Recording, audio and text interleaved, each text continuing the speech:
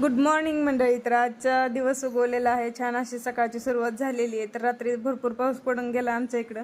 तर मी जे सारवलेलं होतं ते सगळं धुवून गेलेले ते, आणि सकाळ सकाळीच आमच्या इकडं वासुदेव आलेले होते. तर इशूला म्हटलं की पाया पड पैसे देऊ.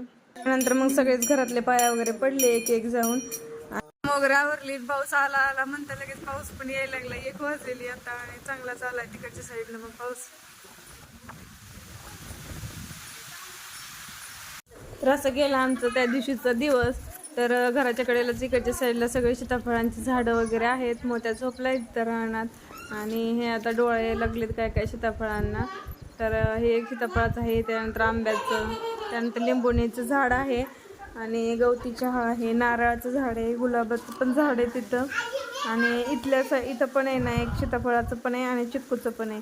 तर इथलं जे सीताफळ आहे ते छोटे छोटे बोरासारखे सीताफळं लागलेले आहेत त्याला.